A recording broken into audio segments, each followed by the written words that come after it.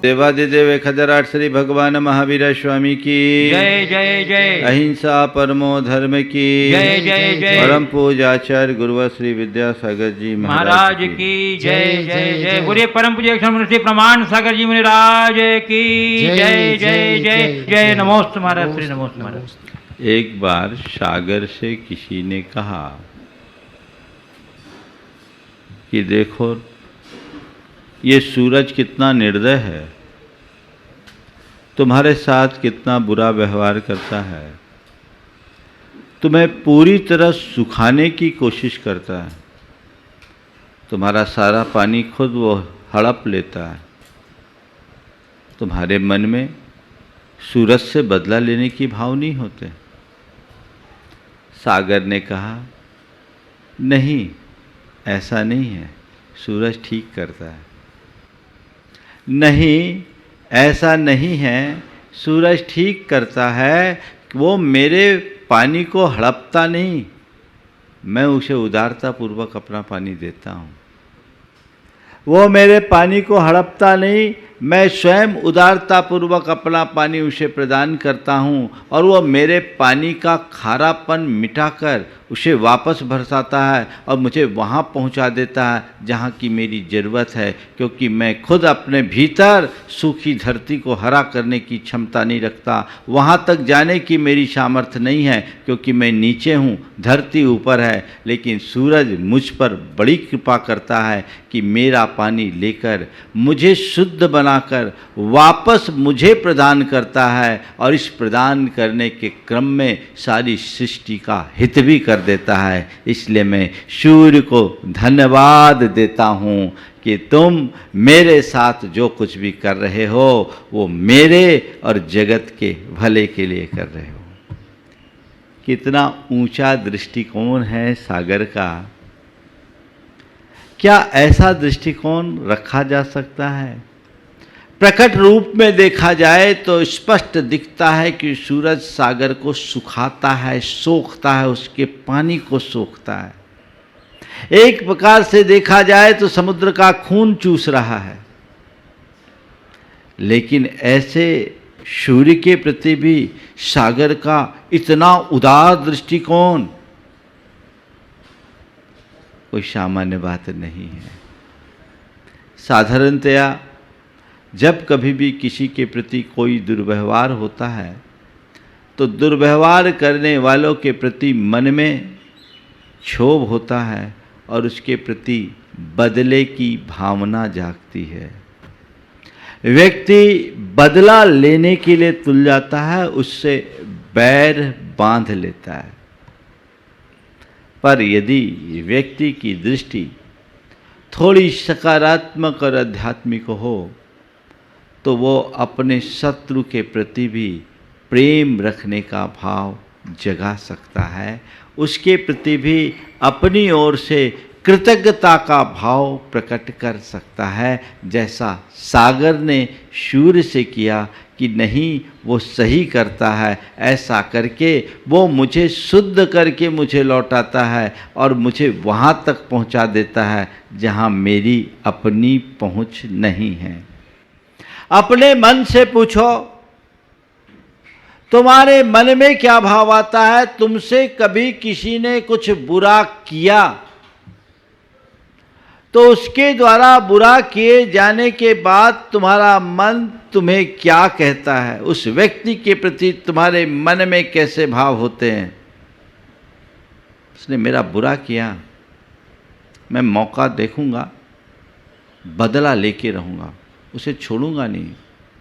उसने मुझे सब लोगों के बीच बड़ी इंसल्ट कर दी ना, देख जब मौका मिलेगा तो मैं कहीं का नहीं छोड़ूंगा। उस समय तो मैं मन महसूस करके रह गया। हालांकि मेरी थोड़ी सी गलती भी थी, लेकिन उसे इस तरह से सार्वजनिक रूप से मुझे नहीं कहना था। अब मैं तो छोड़ूंगा नहीं, बदला लेकर रहूँगा। और कई ऐसे लोग भी मिल जाते हैं जिसमें और आग लगाते हैं। हाँ हाँ ठीक है, ऐसा मौका चूकना नहीं चाहिए। जब मौका आए अपन को ज़रूर बदला लेना है, क्योंकि उसने सब लोगों के बीच तुम्हें जलील किया है। हाँ मुझे जलील किया है, मैं भी उसे उसकी औकात का पता लगा दूंगा। ये जो सोच है ये क्या है? एक प्रतिशोध की भावना है, जो नकारात्मक भावना है। मन में आग लगती है और उस आग में व्यक्ति खुद झुलसता है। सारे जीवन अशांत, व्यग्र, बेचैन और परेशान रहता है, क्योंकि जहाँ आग लगती है वहाँ केवल और केवल विनाश ही होता है। बदला लेने की भावना, प्रतिशोध की भावना मनुष्य के मन में बैर भाव की वृद्धि करती है, और जिसके हृदय में बैर भाव की वृद्धि होती है वो अपने जीवन की प्रगति कभी नहीं कर सकता, क्योंकि प्रतिशोध मनुष्य की प्रगति में सबसे बड़ी बाधा है। उसकी सारी शक्ति, ऊर्जा और सत्व उसी कार्य में लग जाती है जो पूरी तरह नकारात्मक है। हमें अपने जीवन को सकारात्मक दिशा में आगे बढ़ाने की कोशिश करना चाहिए। अब सवाल है, बदले का भाव क्यों? बदले का भाव क्यों? बदला कैसे ले? बदले का परिणाम क्या? और बदला की भावना से मुक्ति का उपाय क्या? हमारे मन में किसी के प्रति जो बदले का भाव आता है, यथार्थ देखा जाए तो ये सब हमारे अहम की परिणति है।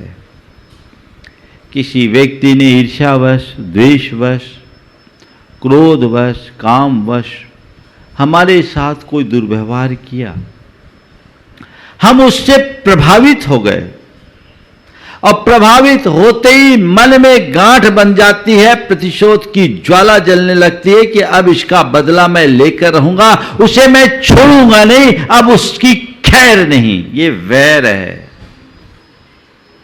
चलता है। ऐसा क्यों? मनुष्य के भीतर का अहंकार उसे बड़ा रूखा बना देता है, वो उसके व्यवहार को बिल्कुल विचित्र बना देता है, माफ करने की स्थिति उसके अंदर कभी उत्पन्न नहीं होने देता। और ऐसा करके क्या करता है? वो अपना ही नुकसान करता है। हमने किसी को अपना शत्रु माना, उसके साथ बैर बांध लिया, उसके प्रति बदला लेने का भाव अपने मन में जगाया, तो संत कहते हैं ऐसा करके तुम अपने शत्रु की ताकत को बढ़ा रहे हो, यथार्थ शत्रु का ही काम कर रहे हो। जिसे तुम अपना शत्रु मान रहे हो, उसे शत्रु केवल इसलिए मान रहे हो कि उसने तुम्हारा नुकसान किया, तुम्हें नुकसान पहुंचाया, तुम्हारा अहित किया, तुम इस वजह से उसे अपना शत्रु मान रहे हो। पता नहीं उसने जो व्यवहार किया किस भाव से किया, उसकी वो जाने, लेकिन उसकी बात से प्रभावित होकर तुमने अपने भीतर जो आग लगाई है, इससे तो तुम्हारा नुकसान हो ही रहा है कि नहीं? इससे तुम्हारा नुकसान हो रहा है, वो तुम्हें अंदर से जला रहा है, तुम्हारी सारी शक्ति और सामर्थ्य उसमें स्वाहा हो रही है। काश इस बात की पहचान होती तो मन में ऐसे दुर्भाव कभी उत्पन्न नहीं होते। कभी अपने अंतर मन को टटोल कर देखो, जब कभी किसी के प्रति तुम्हारे मन में बदले का भाव उत्पन्न हुआ है तो तुम्हारी मनस्थिति क्या रही? शांत रही, सहज रही, या व्यग्र और परेशान? अगर कोई व्यक्ति परेशान हो रहा है तो उसके शत्रु को हर्ष ही होगा ना। शत्रु का चाहता क्या है? सामने वाला परेशान हो। उसने एक सिगुपा छोड़ा, तुमने उसे पकड़ लिया और अब तुम परेशान हो रहे हो, तो तुम अपना काम कर रहे हो या शत्रु का काम कर रहे हो, विचारने की बात है। जिस दिन ये समझ आ जाए उसी दिन बदला, प्रतिशोध या बैर का भाव मन में टिक नहीं सकेगा। बैर का भाव कभी आएगा नहीं, ये बदले की भावना हृदय में जगेगी नहीं। एक अज्ञानी और ज्ञानी में इतना ही अंतर है, अज्ञानी बातों को पकड़ करके बैठता है और ज्ञानी उन्हें नजरअंदाज कर देता है। हमारे मन में बहुत सारी चीजें अच्छी भी होती है, बुरी भी होती है, पर जब हमारा चित्त अहम से प्रेरित होता है, अच्छी बातों को कदाचित भूल जाए, बुरी बातों को हमेशा ताजी रखता है, गांठ बांध कर रखता है। उसने मुझसे आज से साल भर पहले ऐसा कहा था, अब मैं उसका बदला लूंगा, मौका पाते ही उसे चारों खाने चित्त कर दूंगा। साल भर पहले क्या, 10 साल और 20 साल पहले की भी बात करते कि हिसाब चुकता करूंगा। ये अज्ञान ही तो है। किससे हिसाब चुकता करोगे? ये तुम्हारा अज्ञान है, और इस अज्ञान से जब तक तुम प्रेरित रहते रहोगे तब तक तुम्हारी ऐसी परिणति बनी ही रहेगी। संत कहते हैं कभी भी किसी के प्रति बदले का भाव मत रखो, क्योंकि ध्यान रखना बदले का अंत हमेशा बुरा होता है। आए दिन आप लोग समाचार पत्रों में पढ़ते हैं कि बदले के भाव से ग्रसित होकर लोग कितना अहित कर लेते हैं। अभी कुछ दिन पहले एक समाचार मुझे किसी ने बताया कि एक व्यक्ति के मित्र ने अपनी महिला मित्र से प्रताड़ित होकर आत्महत्या कर लिया। मित्र ने मित्र से प्रताड़ित होकर आत्महत्या कर लिया। ये बात उसके मित्र को बैठ गई गहरी। उसने ठान लिया कि मैं अपने मित्र का बदला लेकर रहूंगा। उसने उस लड़की की हत्या कर दी। उस लड़की की हत्या कर दी। बाद में भेद खुला, उसकी भी बर्बादी हो गई। एक बदले के भाव से 3 परिवार का विनाश हुआ, और संयोग तीनों अपने अपने घर के इकलौते संतान थे। किसके साथ बदला? संत कहते हैं बदला लेने का क्या मजा। मजा तो तब है जब सामने वाले के दिल को बदल डालो। बदला लेने का क्या मजा? मजा तो तब है जब सामने वाले का दिल बदल डालो। शत्रु को मिटाने की जगह शत्रुता को मिटाने का प्रयत्न करना चाहिए।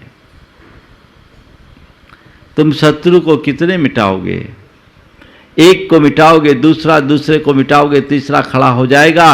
वस्तुतः बाहर जिसे तुम शत्रु के रूप में देख रहे हो वो तुम्हारा असल शत्रु नहीं है। असलियत में तुम्हारा जो शत्रु है वह तो तुम्हारे भीतर बैठा है। वो तुम्हारे मन का विकार है, वो तुम्हारे अंदर का दुर्भाव है, जो तुम्हारा अहित कर रहा है, तुम्हारी चेतना को जड़ता क्रांत कर रहा है। उस शत्रु को हटाओ।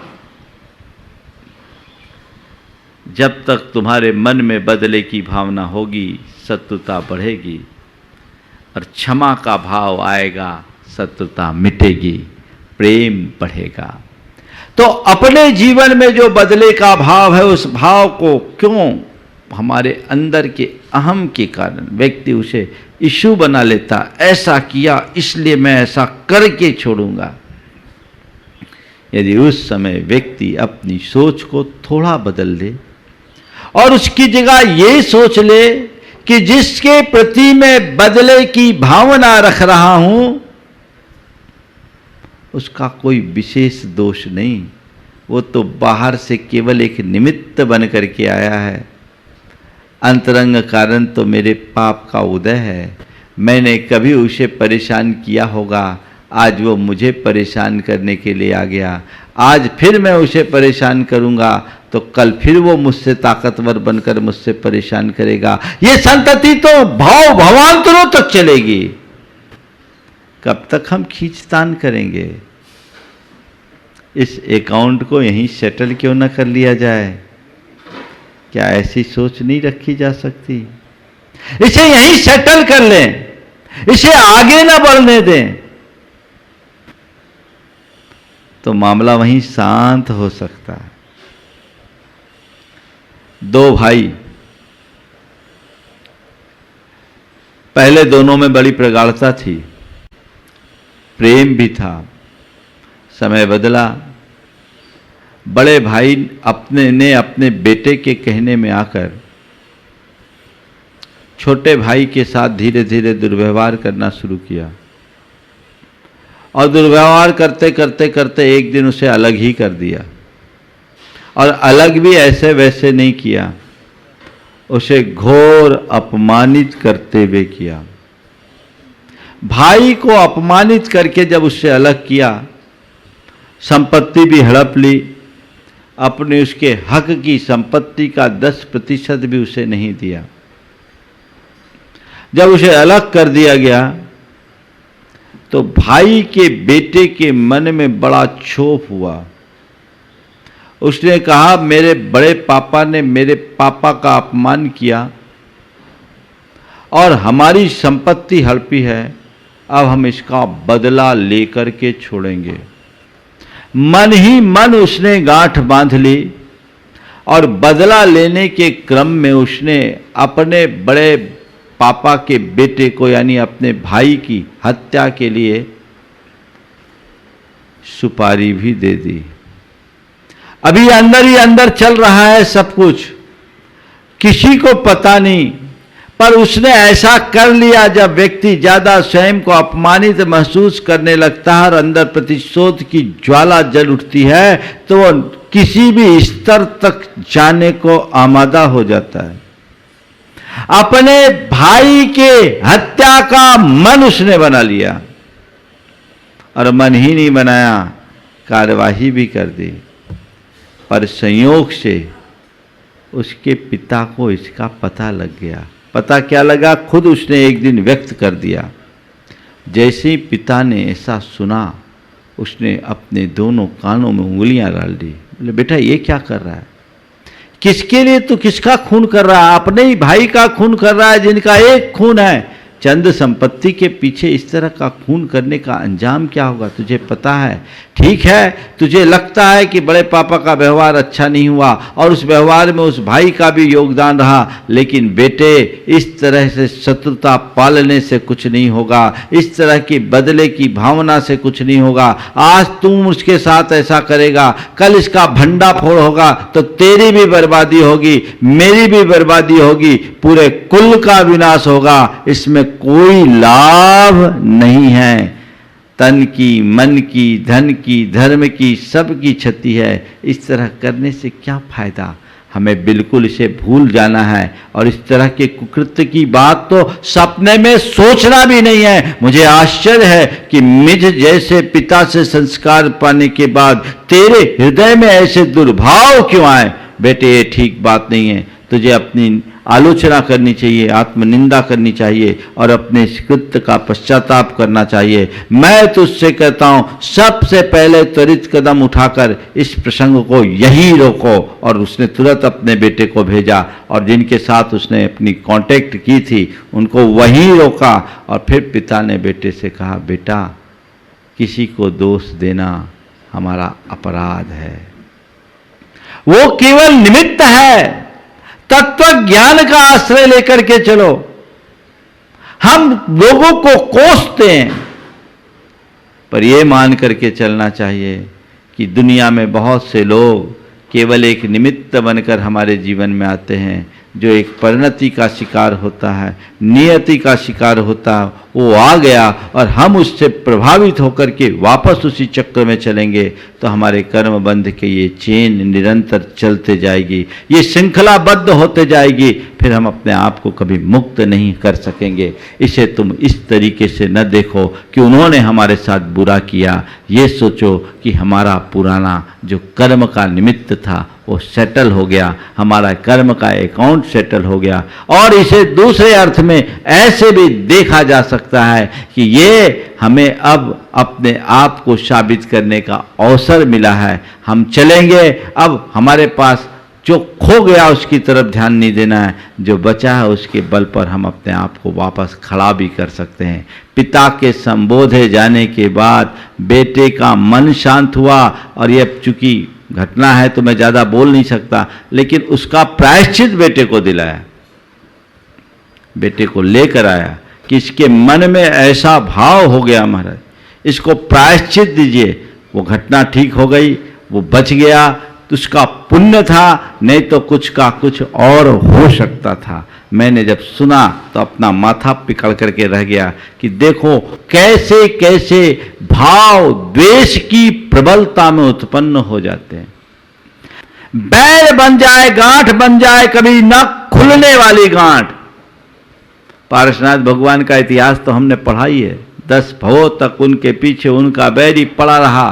तुम अपने जीवन में एक ही लक्ष्य बनाओ, मैं अपने जीवन में मित्र न बना सकूं तो कोई बात नहीं, कम से कम शत्रु उत्पन्न नहीं करूंगा, किसी के साथ दुश्मनी का भाव नहीं रखूंगा। आपको बचाने का प्रयास करो तो जीवन में एक अलग दिशा प्रकट होगी, एक अलग मजा होगा। लेकिन ऐसा बहुत कम लोग कर पाते हैं। बदला लेने का भाव मनुष्य के मन में होता है। जब तक उसके लिए उसकी परिस्थितियां अनुकूल नहीं दिखती, तब तक तो वो ठीक है, मन महसूस कर रह जाता है, लेकिन मौका मुक्त मिलते ही सांप की तरह अपना फन मारने की कोशिश करता है। संत कहते हैं ये बात ठीक नहीं है, इससे अपने आप को बचाइए। ये एक प्रकार की हिंसा है, और ध्यान रखना हिंसा और प्रतिहिंसा का दौर कभी थमता नहीं। उसे अहिंसा से ही दूर करे। जो तुम्हारे साथ दुर्व्यवहार किया उसके प्रति तुम दया का भाव लो, उसके प्रति तुम क्षमा का भाव रखो। दया और क्षमा का भाव रखने वाले व्यक्ति किसी से बदला लेने के भाव नहीं रखते, उसे वहीं समाप्त कर देते हैं। ठीक है, मैंने उसे क्षमा किया, किसी ने मुझे कुछ बोल दिया तो बोल दिया, मैंने उसे क्षमा किया। और हमारे यहाँ तो ऐसे भी अनेक उदाहरण हैं जिसमें शत्रु के प्रति भी मित्रता का भाव रखा गया है, शत्रुत्व के प्रति भी और सहयोग का भाव रखा गया। हमें ऐसा दृष्टिकोण रखना चाहिए, हर व्यक्ति के प्रति सकारात्मक बुद्धि अपने मन में रखिए। तो महाराज ऐसे हमारे साथ कोई भी कुछ कर ले और हम उसका कोई प्रतिवाद न करें, कोई प्रतिशोध न करें, तो फिर उससे उसको बढ़ावा नहीं मिलेगा। मैं कहता हूँ ठीक है, प्रतिशोध न करने से तुम्हारे कहे अनुसार उसको बढ़ावा मिलेगा, पर मैं पूछता हूँ प्रतिशोध लेने से क्या वो उसका अंत होगा? आग में घी डालोगे तो आग बढ़ेगी या बुझेगी? हाँ, बढ़ेगी ना। अगर किसी ने तुम्हारे साथ बुरा किया है, उसका अंत करना चाहते हो, तो उसके मन के उस द्वेष को निकालने का प्रयत्न करो, उसकी उस बुराई की जड़ मिटाने की कोशिश करो, जो तुम्हारे प्रेम पूर्ण सद्व्यवहार से ही संभव है। कहते हैं मारना हो गर किसी को मार दो एहसान से, क्या मिलेगा गर किसी को मार दोगे जान से। मारना हो गर किसी को मार दो एहसान से, क्या मिलेगा अगर किसी को मार दोगे जान से। जान से मारा हुआ वापस कभी आता नहीं, और एहसान से मारा हुआ फिर सिर उठा सकता नहीं। ये स्थितियां हैं। देखिए, एक सकारात्मक सोच रखने वाला व्यक्ति कैसे अपने वैरी का हृदय बदलता है, बैरी का हृदय बदलता है। एक डॉक्टर मेरे संपर्क में, उस डॉक्टर के परिवार का एक परिवार से खानदानी वैर था। खानदानी वैर होता है, प्रतिद्वंद्विता रहती है, आपस में वैर चल रहा था। संयोग ऐसा हुआ कि उस परिवार में एक 4 साल के बच्चे की स्थिति अत्यंत गंभीर हो गई। रात के 11 बजे उसके पेट में भयानक दर्द, सब लोग परेशान। छोटा सा गांव था, कोई साधन नहीं, अब क्या करे, कहां ले जाए, क्या करे। सब तरफ अफरा तफरी की स्थिति बन गई। दोनों का घर एक दूसरे के साथ जुड़ा, दीवार से दीवार लगी थी, दूरी बड़ी थी अंदर की। दीवार से दीवार लगी थी, दूरी बड़ी थी अंदर की, और वो जो डॉक्टर था वो बच्चों का डॉक्टर था। अब सामने वाले की बात आई, इससे कहें कैसे। और अब इस समय रात में 10:30 11 बज गए, अब क्या करें, शहर भी जाना है तो 2-2.5 घंटे का रास्ता है। वो बोलने को राजी नहीं, कैसे बोले, आपस में ऐसी चल रही। लेकिन डॉक्टर को किसी से पता चला कि हमारे पड़ोसी भाई के बच्चे के पेट में बहुत पीड़ा है, तकलीफ है। वो खुद आगे होकर बिना बुलाए चला गया। जब वो गया तो पहले तो आश्चर्य हुआ, आश्चर्य होने के बाद देखा तो मन में शक भी हुआ, कहीं कोई उल्टी दवाई न दे दे। बड़ी विचित्र हालत है, कहीं कोई उल्टी दवाई न ले ले, ये बदला लेने के लिए ना आ जाए।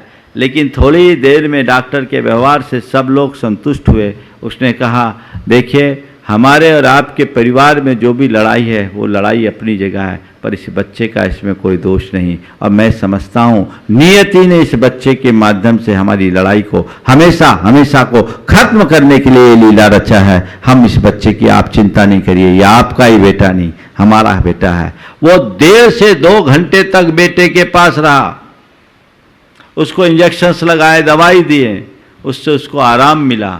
आराम मिलने के बाद बच्चे को जब ठीक हुआ, ठीक दूसरे दिन उसने चला करके बच्चे के बारे में पूछा।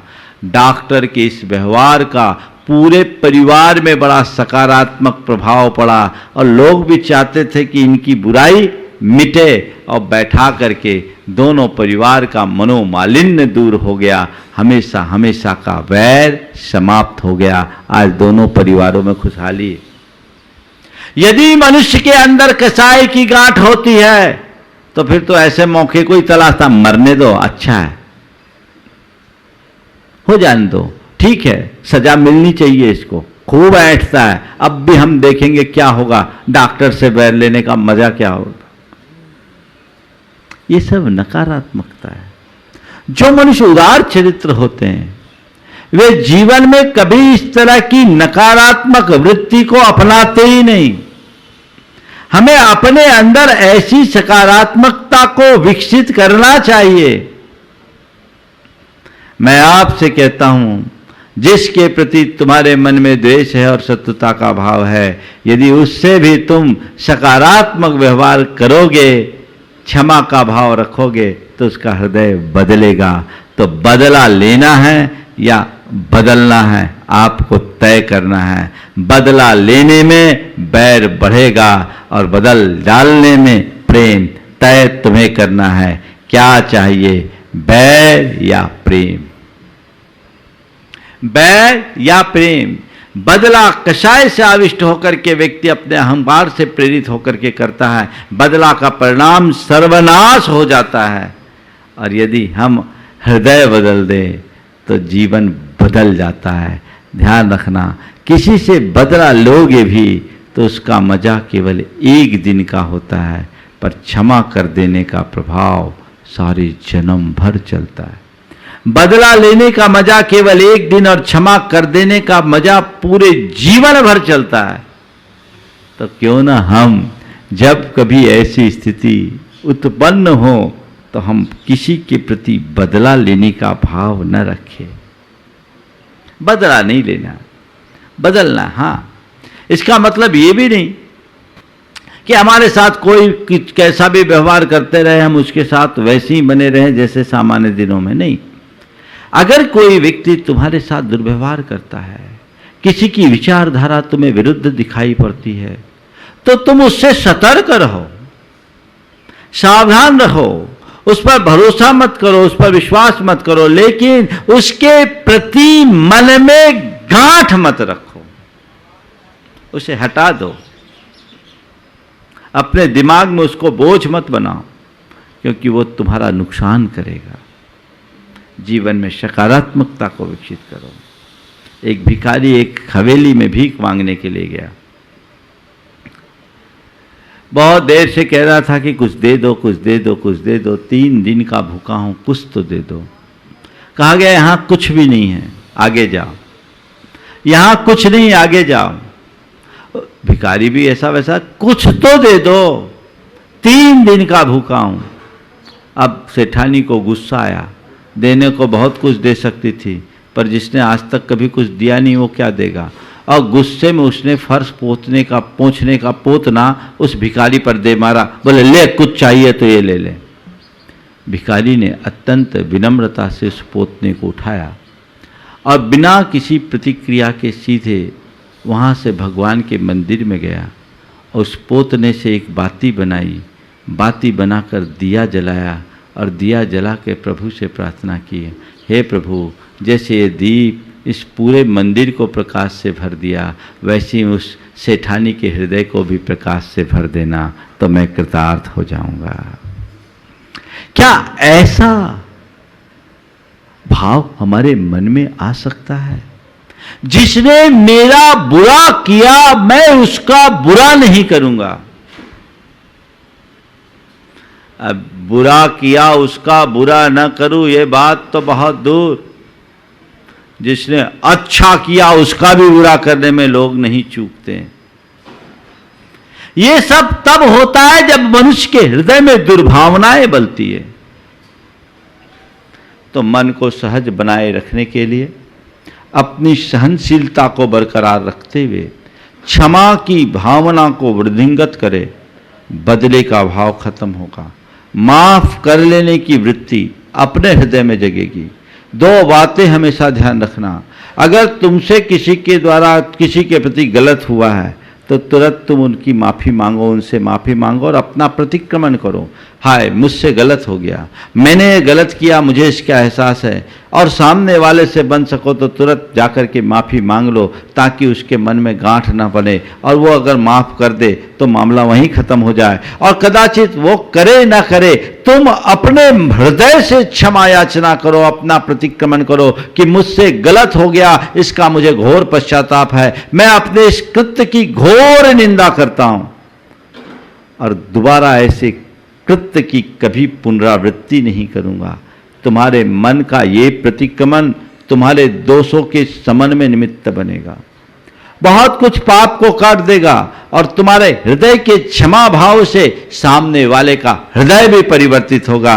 तो वैर की संतति वहीं पर आकर के रुक सकती है और जीवन के विकास का क्रम बढ़ सकता है। पहला काम आप ये करें। और दूसरा, नित्य जिस व्यक्ति के हृदय में बहुत जल्दी उत्तेजना आती है और एक दूसरे के प्रति बदला लेने का प्रबल भाव होता है, छोटी छोटी बातों में बदला लेने का प्रबल भाव हो जाता है, ये स्कूली जीवन से ही शुरू हो जाती है, मारपीट से लेकर के आगे चल करके तो सारे रिश्ते नातों में, अड़ोस पड़ोस से और अपने परिवार के अड़ोस पड़ोस और समाज व्यवहार में भी लोग इस तरह के बदला लेने की भावना रखते हैं। उसमें आपस में रंजिश होती है, बैर भाव बढ़ता है और उसका परिणाम भयानक होता है। इन सब से अपने आप को बचाइए और ये 2 वाक्यों को नित्य दोहराइए।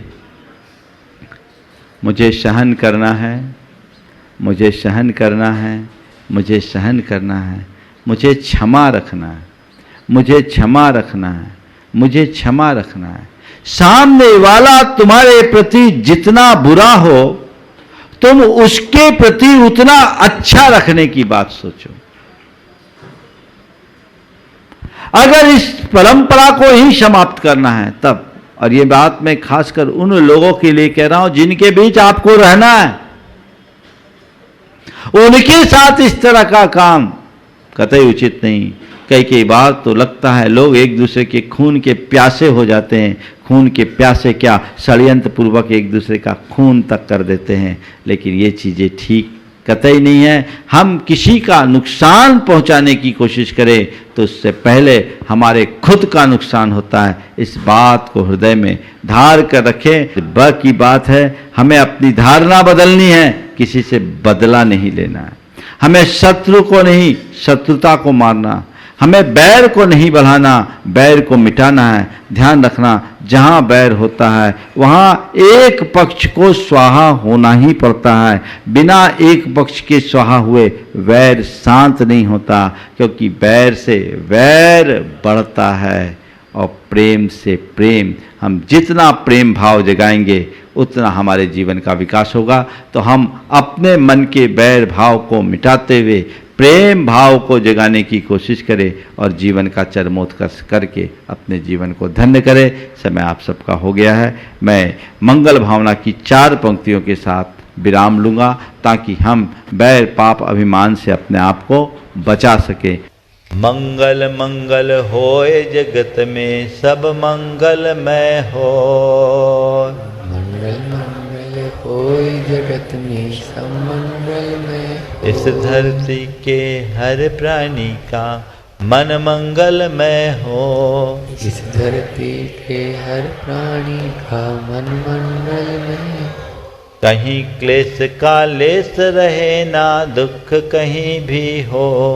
कहीं क्लेश का लेस रहे दुख कहीं भी हो। मन में चिंता भय न सतावे रोग शोक नहीं हो।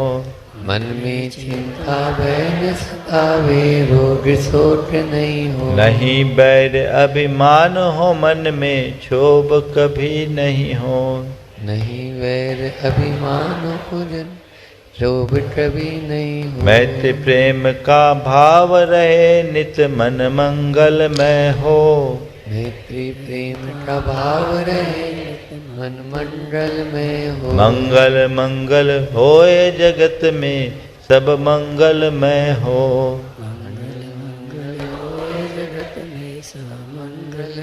इस धरती के हर प्राणी का मन मंगलमय हो। इस धरती के हर प्राणी का मन मंगल में हो। मंगलमय हो प्रात हमारा रात सुमंगल हो। मंगलमय हो प्रात हमारा रात सुमंगल हो। जीवन के हर पल हर क्षण की बात सुमंगल हो। जीवन के हर पल हर क्षण की बात सुमंगल हो। घर घर में मंगल छा जावे जन जन मंगल हो। घर घर में मंगल छा जाए जन जन मंगल हो। इस धरती का कण कण पावन हो मंगलमय हो।